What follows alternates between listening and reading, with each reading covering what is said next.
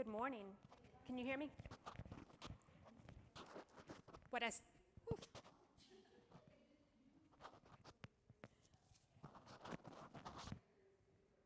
We'll get started in about a minute.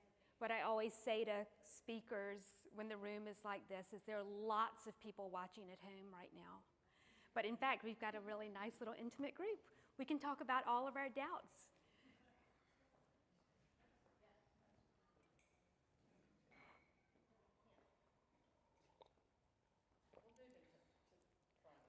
There's no pressure.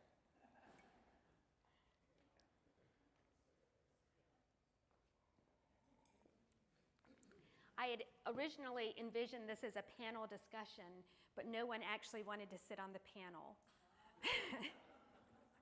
So it's just me. So let's get started. Welcome. For those of you who don't know, we started the program year with the writer Brian McLaren zooming in to talk about his book, Do I Stay Christian?, which is subtitled A Guide for the Doubters, the Disappointed, and the Disillusioned. And several small groups have read this book during the year. The Women's Bible Study is still reading it. We've got 2 Bible studies. Chapter by chapter, we have slowly walked through this book, reading it alongside whatever gospel is assigned for the week. So it seemed appropriate on the Sunday when we read about doubting Thomas to revisit this book and ask, how do we stay Christian when we have doubts? I think Scott really eloquently talked about doubts. I wasn't in there, but doubt is good, right? Not to cut to the chase too quickly. But y'all know I love to include a little art. So we'll read the gospel together again, even though you just heard it, and then start flipping through some pictures. And Pete Andrews, I was hoping would be here. He's drawn our attention to a New York Times article, and we will talk about the book. And even though there's not a panel, you might have things to say. So we'll start with a reading from John. When it was evening on that day, the first day of the week, and the doors of the house where the disciples had met were locked for fear of the Jews, Jesus came and stood among them and said, "Peace be with you." After he said this, he showed them his hands and his side. Then the disciples rejoiced when they saw the Lord. Jesus said to them again, "Peace be with you. As the Father has sent me, so I send you." When he had said this, he breathed on them and said to them, "Receive the Holy Spirit. If you forgive the sins of any, they are forgiven them. If you retain the sins of any, they are retained." But Thomas, who was called the twin, one of the 12, was not with them when Jesus came. So the other disciples told him, "We have seen the Lord." But he said to them, "Unless I see the mark of the nails in his hands and put my finger in the mark of the nails and my hand in his side, I will not believe." A week later, his disciples were again in the house, and Thomas was with them. Although the doors were shut, Jesus came and stood among them and said, "Peace be with you." Then he said to Thomas, "Put your finger here and see my hands. Reach out your hand and put it in my side. Do not doubt, but believe." Thomas answered him, "My Lord and my God." Jesus said to him, "Have you believed because you have seen me? Blessed are those who have not seen and yet have come to believe." Now, Jesus did many other things in the presence of his disciples which are not written about in this book, but they are written so that you may come to believe that Jesus is the Messiah, the Son of God, and that through believing you may have life in his name. So this first painting by Guercino, that's a nickname. He was named that because he was born cross-eyed and he squinted. So Guercino means squinting, which I kind of love because when we talk about the text, do we go into them wide-eyed or do we look a little closely? Do we squint when we look at these texts? I also love, you can sort of see the wind, right? It's almost as if the Holy Spirit is blowing from the other direction.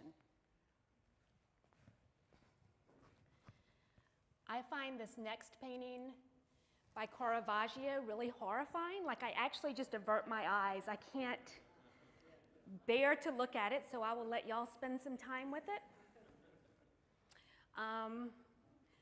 Thomas said he needed to touch the wounds, feel them for himself.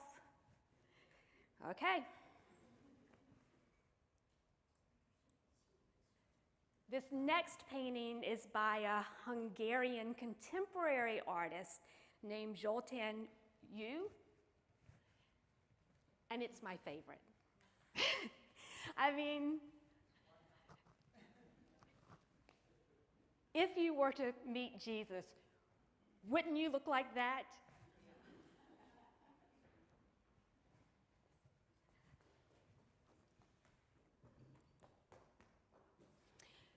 So I've got a quote from Brian McLaren.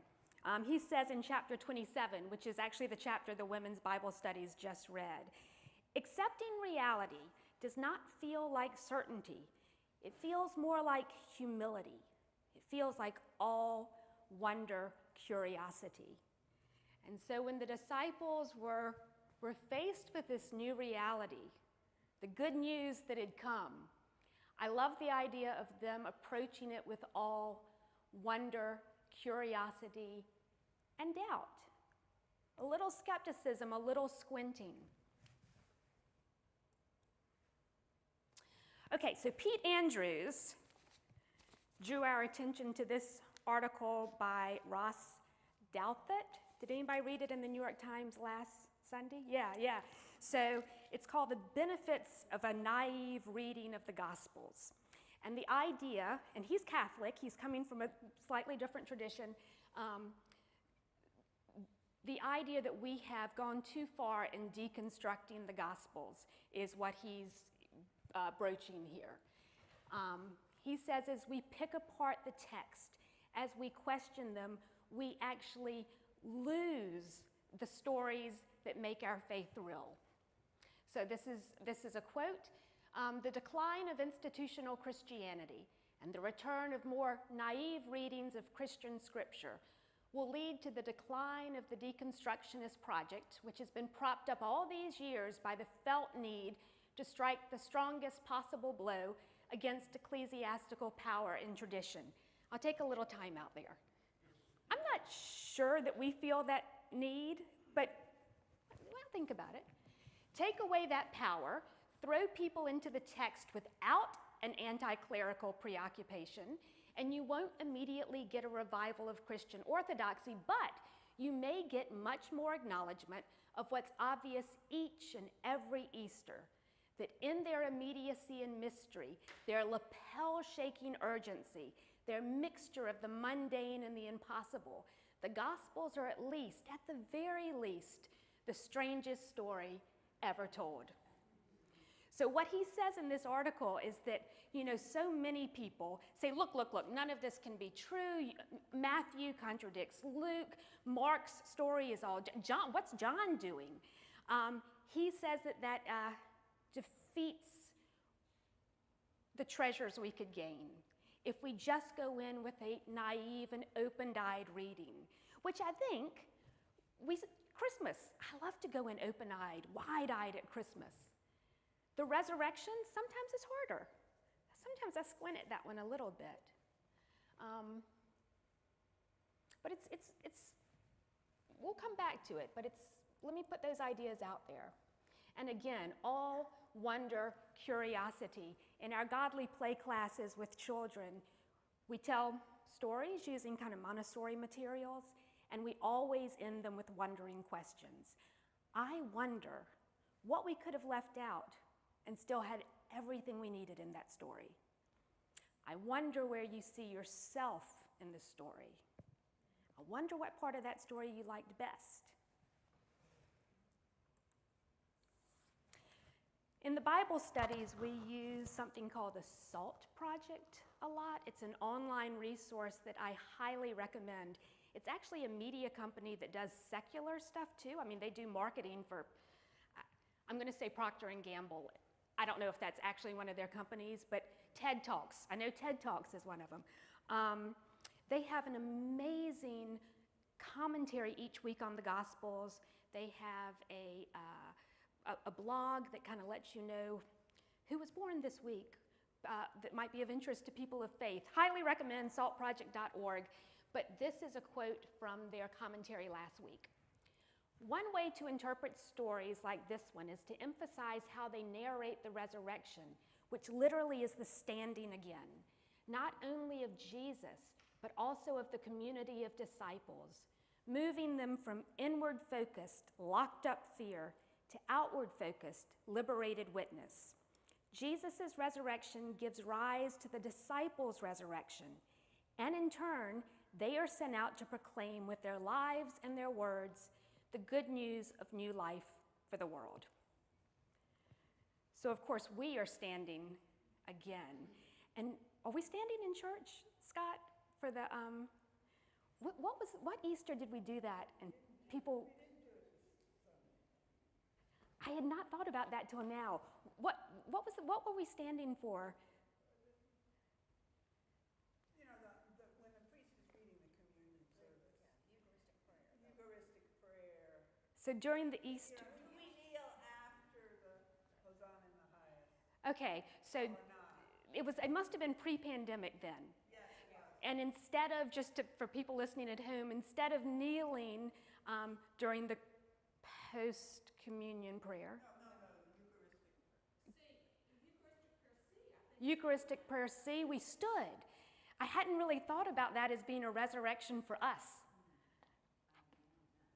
Well, and you're also standing during the Exultant. During the Exultant. Yeah, at the very beginning. This is the night when darkness was vanquished and Christ came to be amongst the millions. See, there I am picking apart the liturgy.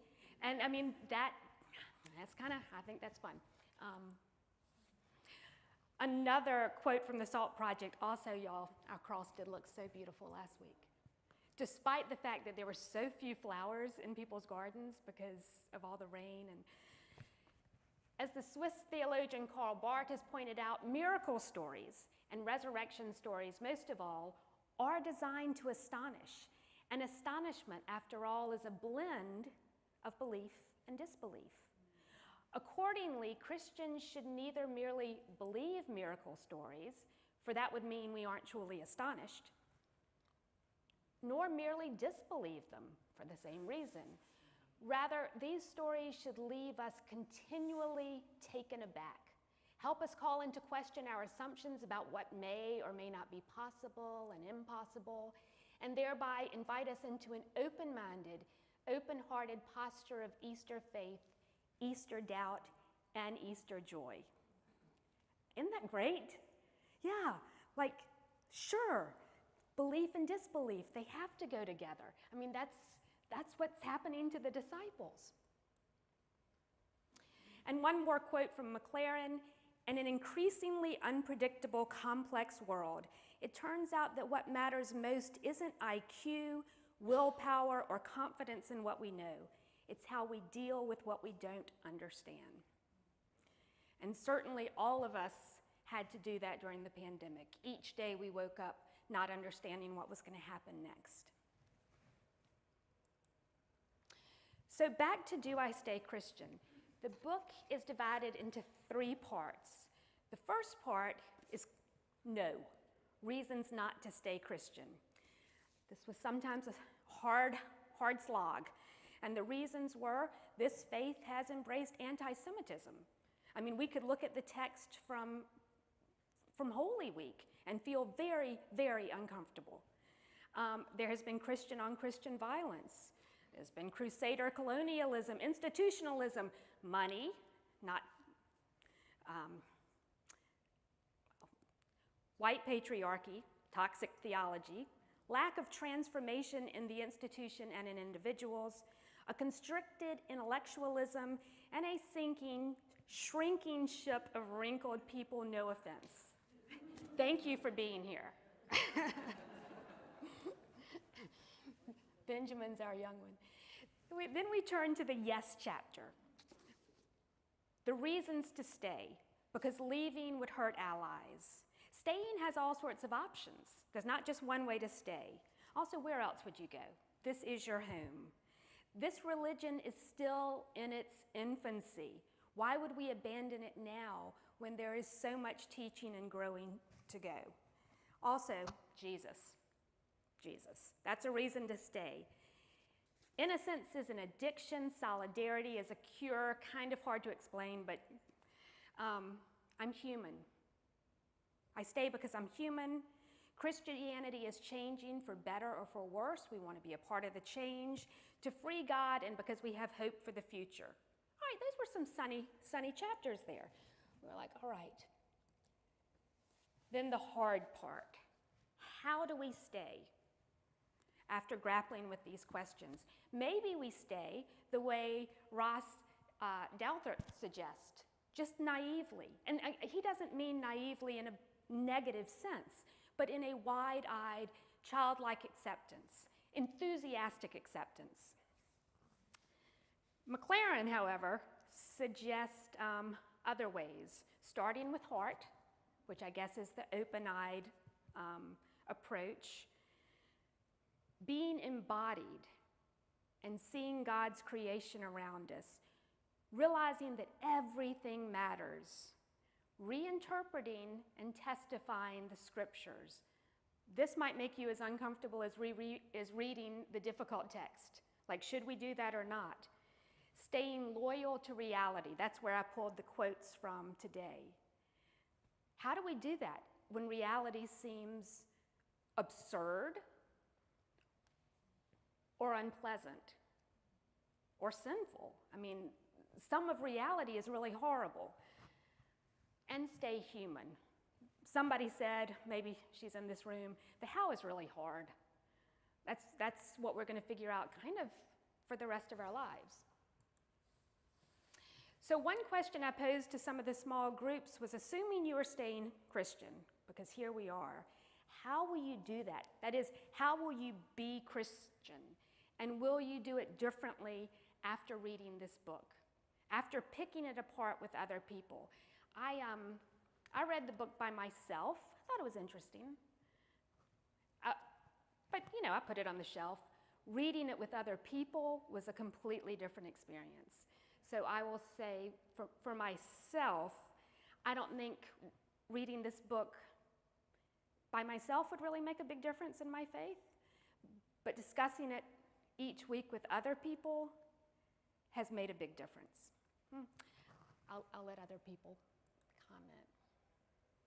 So I pulled a couple of contradictory quotes from people from small groups. I asked them to email. One person said, well, I think we should just find people who think like us and move on, leave everybody else behind. If they don't share my theology, I don't want to be with them. Someone else said, I think what we need to do is build relationships with people who think differently than we do. The only way to make any sort of change or build beloved community is with personal relationships.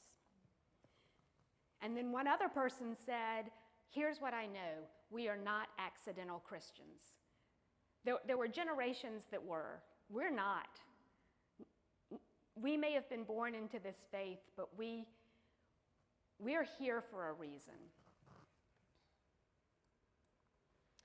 Here's one more image. This is from the National Cathedral, and I like the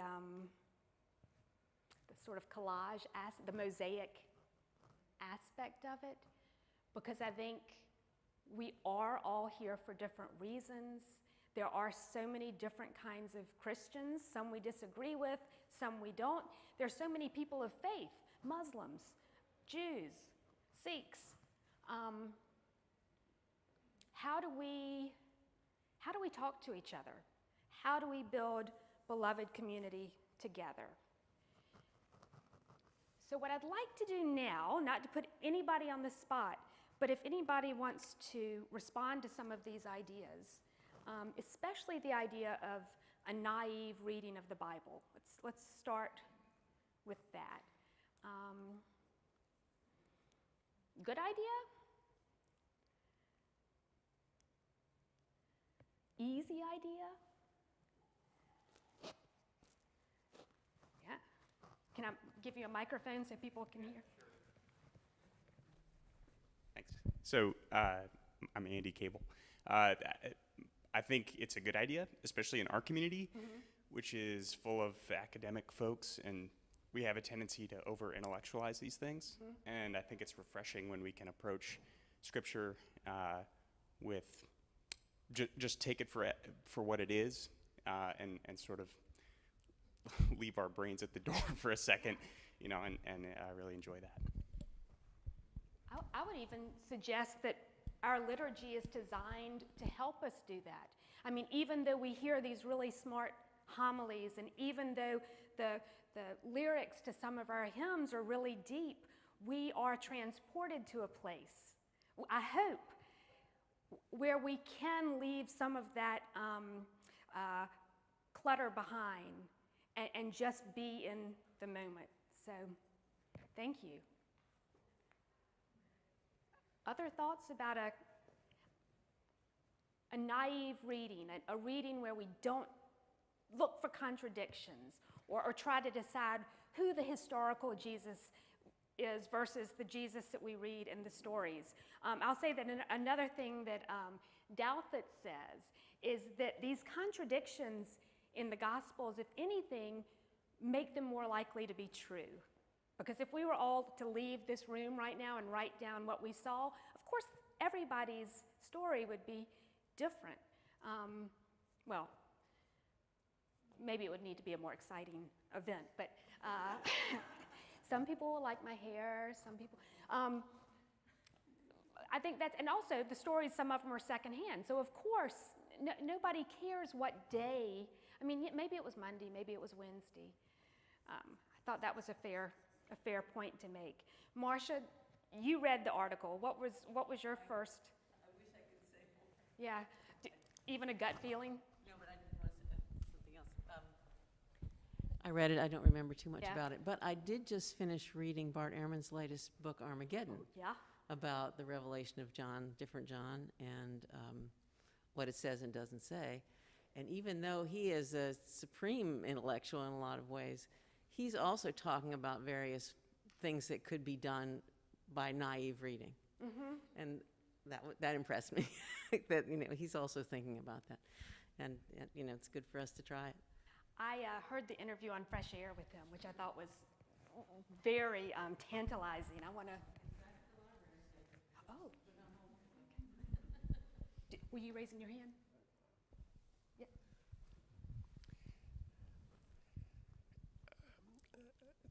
To me, one of the advantages of the naive reading is grounded in humility.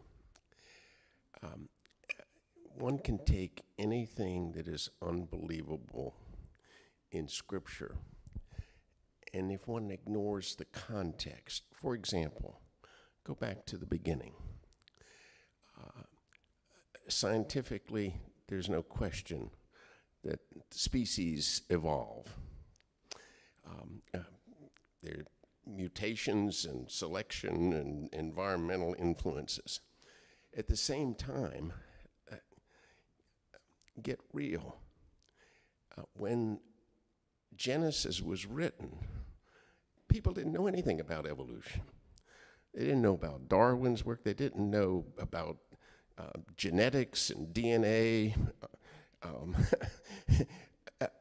So how would you describe something that was infinitely more knowledgeable than you are, more powerful, beyond comprehension? You'd have the Adam and Eve story. The resurrection. What is the most unbelievable thing? Someone would die and come back to life. I mean, that's power. That's real power. So I think that the stories, differing as they are human attempts to put down what they experienced from faith, and they're going to be different. I think the unbelievable part of the Central Christian Method is what its actual power is. It has to be unbelievable to acknowledge something far greater than any of us and more powerful. And that takes humility, because it's beyond human reason, to me. Yeah. No, thank you. That's so well put. And that humility that was talked about by McLaren, I think you're absolutely right. I mean, if we are not shocked and awed by the world every day, what are we missing? I mean, it's all so improbable, right? Yeah. So I have a couple of emails. I'll keep them sort of anonymous. Here's one that says the Douthit read was interesting. It ties well with the growth of Christianity in developing nations, which is an article that we had read the previous week from the New York Times about how Christianity is, the demographics are changing. Let's see. It reminds me of something my father told me many years ago. The church he attended had invited scholars from the University of Chicago to discuss research going on about the origins of Christianity, the authenticity of the Gospels, the reality of Jesus, whether he was a real person, etc. Evidently, there was such a hue and cry from the congregation, they uninvited the scholars and chose a more traditional speaker to talk about Jesus and the faith. It is fascinating how Christianity is growing across the world, but I am reminded of a book about Albert Schweitzer, The Reverence for Life, The Ethics of Albert Schweitzer for the 21st Century, in which the author quotes Schweitzer as saying, "He," meaning Jesus, "comes to us as one unknown, without a name as of old, by the lakeside. He came to those men who knew him not. He speaks to us the same words, 'Follow me,' and sets us to the task which he has to fulfill for our time. He commands, and to those who obey him, whether they be wise or simple, he will reveal himself in the toils, the conflicts, the sufferings which they shall pass through in his fellowship, and as an ineffable mystery, they shall learn in their own experience who he is."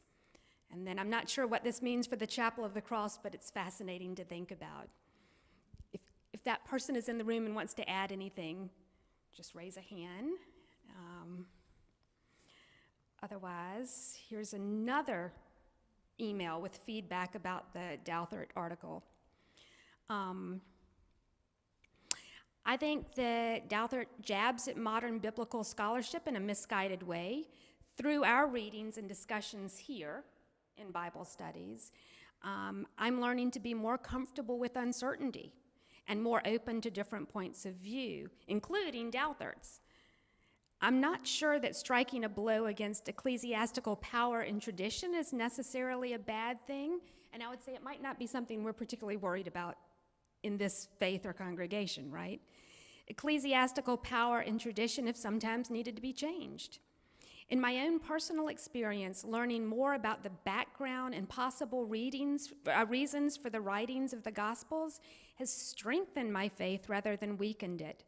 Once a person reads the Gospels naively, that reader may want to go on reading with more context and information. So a yes and approach, like start with a wide-eyed and then go back to our squinter, Guercino, and look a little more closely. Very much the middle way of Anglicanism, right? Maybe that's what I wanted to say something about. I just find it interesting. I didn't read the article in the New York Times, but the putting together of ecclesiastical power and tradition as if these are the same thing. And I think it's hard sometimes to discern when we're dealing with power and when we're dealing with tradition. I certainly think that those of us here at the Chapel of the Cross value tradition really highly, many of us, myself included. So it just seems interesting to think about how the two can get confused. And just to keep it current, I mean, when we look at what is happening in Massachusetts and in the Catholic Church and the abuses of power that have happened there, nobody would say, and I don't mean to just point fingers at the Catholic Church, I mean, all churches have done harm. That's not tradition. That's not ecclesiastical tradition. That's an abuse of power, right? I mean, I'm agreeing with you, I hope. Yeah, I think you are. I think you are agreeing, but, I also think, I'm thinking about certain controversies I'm dealing with in my professional life. I just think that what to some of us feels like tradition, to other people feels like power.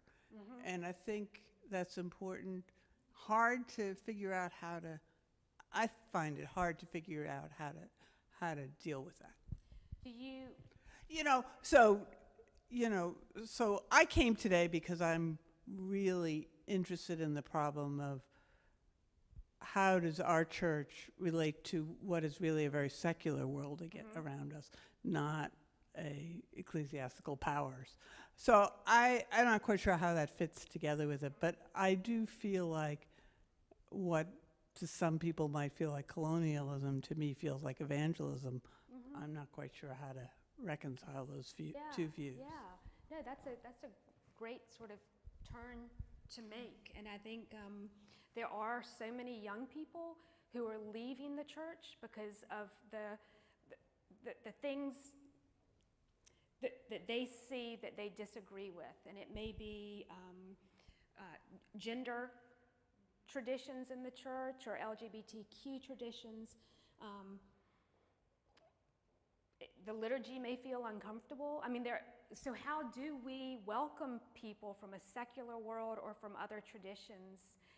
One person from the Bible studies said this book has helped her talk to her kids who are agnostic. Like this gives them a place to start talking. After years of them saying, I can't believe you go to church, they're like, oh, you should keep going to that Bible study. That's, like, I hear what you're saying when you talk about your faith. I get it now. So how do we move into the future, into a secularized future, or into a future that may be more conservative? I mean, it's kind of, I don't know which way the wind is blowing right now. The Episcopal Church doesn't seem to be in either of those spots. Hi, I come from Miami, and we have a lot of hurricanes in our history, and I'm thinking to myself when you said that the wind's blown both ways, and that's pretty complicated. Mm-hmm. It's like surviving a tornado or any of the water events we've been watching about Fort Lauderdale in that area. It's not easy. Mm-hmm. And I think I was so surprised when I went over to my somewhat secular family for Easter afternoon, and two of my grandchildren said something like, I'd like to go to church. I think I'd like to go to church. Now, getting their act together and coming to church is something else, but in Miami, one of my grandchildren, when we lived there, would be up in choir with me, and so we would go down, have coffee, get ready to process and everything. She would say, well, you got to get back to work here. and so, it's amazing some of the things that we give these family members in the process, and we don't know where it's going to land, but I like to think it's still in there somewhere. And I remember my grandson always liking to, and I see it in church now, where kids like to lean over next to that parent or grandparent when they're in church, and they feel so special and kind of like, where else are they going to do that, And then, it's really show and tell. Today, I showed my seatmate EXO my cat pictures, and he made this for my cats. The Okay, I'm going to hold that up for the people at home. And he made a toy for them too. I love it. So this This is is the toy. intergenerational worship. This is from our worship bags that the child sitting with Diane made a paper doll for her cat. And I love the way he's given it ears. And the Oh. toy. Oh my God, okay, somebody ripped up my worship bag, but that's cool. You got to sit with Exo We'll be sometime. replacing this worship bag, but it is a really nice cat toy, so well done. You know, one thing you said that really strikes me is the comparison to hurricanes. Change is not always slow, it can be sudden and traumatic. And Elizabeth Marie said something a few weeks ago about the raising of Lazarus. It was a traumatic event for everybody involved, including Lazarus. And we come to Easter and hail the festival day, oh happy morning, but it's a hurricane. I mean, it's a traumatic event. Yeah. The only reason we can say Healthy Festival Day is we know year after year. Sorry, that- will you say it into the mic so people can hear it? The only reason we can sing that with joy is because we've been here before. We know about Easter, and we can sing Hail Thee Festival Day. If it were the first time that this happened to us, I don't think we'd sing it quite that way. Right, right. Yeah. So we haven't decided whether to go in wide-eyed or squinting. But other thoughts in these last minutes about doubting Thomas, about the value of doubt or the value of humility or the value of wonder?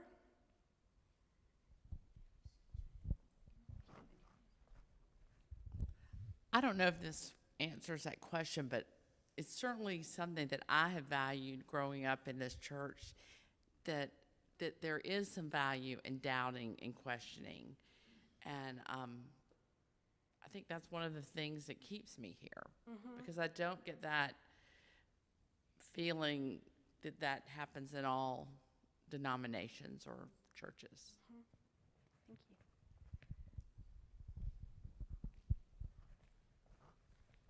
Yeah, I think I was sort of echoing something similar. I think it's actually sort of acknowledging that some of these stories really are like unbelievable. Like that's why they have emotional impact, is because it is like your logical mind is like, it's not a thing that happens, you know, like virgin birth does not happen, and you know, people don't rise from the dead. Like the fact that it is logically unbelievable is like kind of part of the point. And I actually thought the article did a good job too, talking about the fact that there are obvious inconsistencies in the Bible. And so it like, if you take it from more of a like emotional text as opposed to a like, let's try to figure out some way to reconcile this so it all makes sense. It's like, okay, well it's a bit of a silly game almost to try to say, oh, these different versions are literally all true. Like how? And it's like taking it more as like an emotionally resonant text and something that is sort of unbelievable and stretches the human mind, I think actually it inspires that sense of wonder, which I think makes a lot of sense. Thanks. Yeah, so you had asked Boykin about, you know, should we go in wide-eyed or squinting? And I think the answer is whatever you're not doing. Like, Yeah. so if you're looking at it squinting, maybe a wide-eyed approach would be healthy. And then on the flip side, and it's all the sort of three-legged stool of our faith is that, you know, you need the tradition, you need the faith, and you need the reason. And if any one leg is longer than the other two, you can't sit on the stool. Yeah, that's so smart, because I was just thinking, you know, in these resurrection stories that we'll hear these weeks after Easter, Jesus appears to people in different ways. I mean, you know, he lets Thomas touch his wounds. He appears to Mary as a gardener. He serves breakfast to disciples. And I was thinking to myself, yeah, I guess Jesus just meets us, you know, he knows what we need to see. What you're saying, though, kind of turns that over in a great way. Like, whatever you're doing right now, try the other thing. Like, faith is supposed to be transformative. And if we're doing it the same way all the time. I mean, I don't mean to put words in your mouth, but I really love that idea. Yeah. Come to Children's Chapel. You'll see things in a completely different way every week. Yeah. Any other last thoughts? Any comments about the book from people who've read it, whether they liked or were frustrated by it? I want to call out the Spiritual Life Guild. Jenny Maybe is our chair. She and the guild are the ones who suggested that we get Brian McLaren to start the year. And I did not realize at the time what a big part of the program year this book would be, but thank you. And not everybody liked it. I mean, some people were like, I am so tired of this book. And other people say, yeah, this has changed my life and my relationship with my kids. So. What do People who say they don't like it. One thought is that it wasn't written for us, and I will say that one thing that happens a lot is we Episcopalians, we think very highly of ourselves. I mean, we have to stop ourselves in Bible study over and over again. Some people feel like he's speaking to people who have left the church because they have been harmed, and there are lots of people who have been, but that's not necessarily been our experience. A lot of his writing is aimed at more fundamentalist interpretations of the Bible, so we're sort of like, oh, that's curious. I never worried about that. You know, sort of what you were talking about earlier, like, oh, I hadn't thought to worry about that. We have thought to worry about racism in the church, and you know, the doctrine of discovery. I mean, yeah, we need to confront that. We need to see what that last chapter about reality. Reality can be Jesus risen from the dead. Reality can also be poverty. And how do we see two things at once? The glorious and the horrific. How? I don't know. We've struggled. I would just be curious for what y'all think on terms of the Catholic Church has just recently had statements about the doctrine of discovery. And I was quite shocked, and Boykin already knew this, that the Episcopal Church came out against it in 2009. So the doctrine of discovery is what, back in the 15th century, the Catholic Church says you go and you discover lands and you can claim it as yours. And that's what led to the pushing out or the oppression, whatever words you want to use, of the indigenous people. And I ask us all to think about how would it be different in this country if our European ancestors had come over with an idea of learning and working with the indigenous people as opposed to oppressing them. And goodness gracious, what they did in South America is even more horrific. Well, I don't know if more, horrific also. But how would our church, and I'm talking the big C, not just the Episcopal Church, have changed or been different if we could embrace some of those environmental practices of the indigenous people, some of the eldering, they honor their elders. It's not all about youth and power. It's more about equality. So those are the kind of questions that I think about. And going back to myth, for me, the stories are myths, but even though they're unbelievable and not factual, they're still true. And if we dig beneath it and say, what is the truth of this story? Because they didn't have DNA, they didn't have all that we have to scientifically decode. But what is the truth in those stories? Thank you. Well, thank you. I hope that you, if you're going to the 11:15, enjoy the mystery of it all. If you went to the 9 o'clock, go into the Arboretum and be astounded by what you find there. Is it raining? Thank you.